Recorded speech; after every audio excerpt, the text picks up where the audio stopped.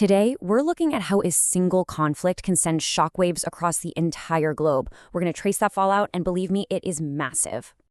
So it all kicks off with just one spark, right? In one specific part of the world. But you know how it is in our hyper-connected world? That one little spark doesn't stay put. The heat from it starts spreading everywhere, and the consequences just spiral out of control. So we're going to unpack exactly how a war in the Middle East is shaking the entire global order right to its core. Okay, so what we're really talking about is the war involving the US, Israel, and Iran. But this thing is not just a regional fight. No way. It's lit a match on two huge interconnected crises, one geopolitical and one economic. And we're going to start with the one that probably hit your wallet first, the economy. Yeah, the economic hit was, well, it was immediate and it was severe. You've got the world's top financial groups, think the IMF, the World Bank, they're all sounding the alarm bells. And when you look at the numbers, they're pretty stark. I mean, just look at what's happened to global growth. The IMF had to slash its 2026 forecast all the way down to just 3.1%. Their own chief economist said the global economy has basically just veered off its path. And a massive, massive reason for that, you guessed it, inflation. We're now looking at global inflation hitting 4.4%. And what's behind that? Almost entirely soaring oil and gas prices, all thanks to attacks on energy infrastructure. And that has everyone understandably worried about the worst-case scenario. So what is that worst-case scenario? The IMF has a term for it, a close call for a global recession. That's what happens when growth plummets to just 2%. And to put that into perspective for you, a crisis that bad has only happened 4 times in the last 40 years. For regular people, that means job losses, everything gets more expensive, a real squeeze. And that's exactly what's on the table if this conflict keeps oil prices above $100 a barrel. But what's fascinating about this is how key allies just aren't on the same page. Take the UK. They rely heavily on energy imports, so their finance minister is out there calling the US war strategy a folly. Meanwhile, back in the US, the Treasury Secretary is saying these price spikes are just transient, temporary, and is telling the Fed to just wait and see. That's two very different ways of looking at the exact same problem. And you know who gets hit the hardest in all of this? It's always the developing nations. Countries like Sri Lanka, Egypt, and Pakistan, they're caught in a total perfect storm.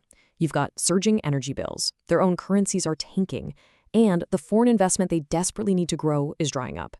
This isn't just an economic problem for them, it's a direct threat to their food security. So all this economic chaos, it really has a geographic heart, an epicenter.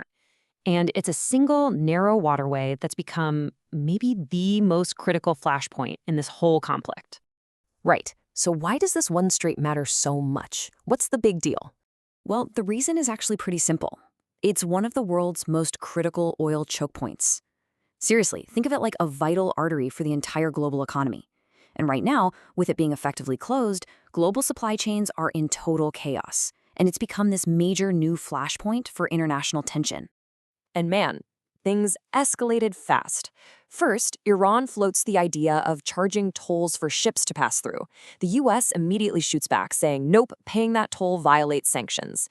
And then, to top it all off, Washington points the finger at Beijing, accusing them of hoarding oil. And just like that, a regional issue blows up into a major power standoff. Okay, but this whole thing, it's not just about economics and military strategy, right? We have to talk about the human cost.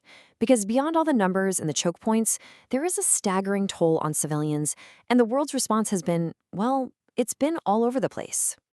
The numbers here are just devastating. In southern Lebanon alone, intense Israeli airstrikes have killed more than 2,000 people, and over 1 million civilians have been forced to flee their homes. And this tragedy has definitely triggered a wave of reactions from around the world, but they are not singing from the same hymn sheet. You've got Italy suspending a defense deal with Israel. France and its allies are desperately calling for a ceasefire. Pakistan is trying to step in and mediate new talks. And even the Pope felt he had to weigh in. Yet the Pope publicly condemned the U.S. threats against Iran, calling them truly unacceptable. When you have the Pope using language that strong, it just shows you how high the diplomatic stakes have gotten. It's pulling in voices from literally every corner of the world. So here's the really crucial takeaway. These shockwaves, they're not just staying in the region. They're creating instability thousands of miles away. And they're often pouring gasoline on domestic problems that were already simmering. Let's look at Ireland, for example. You have massive protests over fuel prices, a direct result of this conflict. They've blocked ports, and now the whole government is facing a no-confidence vote that could actually topple it. Then you jump over to the Asia-Pacific. The US is launching these huge military exercises with its allies there. It's basically a big signal saying, hey, even though we're focused on the Middle East, don't think we've forgotten about you. And if we go back to the UK, the economic pain from this conflict is just piling on top of all their other domestic problems. We're talking health scandals, big fights over North Sea oil. This external crisis is making all their internal problems so much worse. You can see how this puts governments and central banks everywhere in a totally impossible spot. It's like they're all walking a tightrope. On one side, they have to curb inflation, but on the other, they can't tip the economy into a recession, all while this geopolitical powder keg could just explode at any second.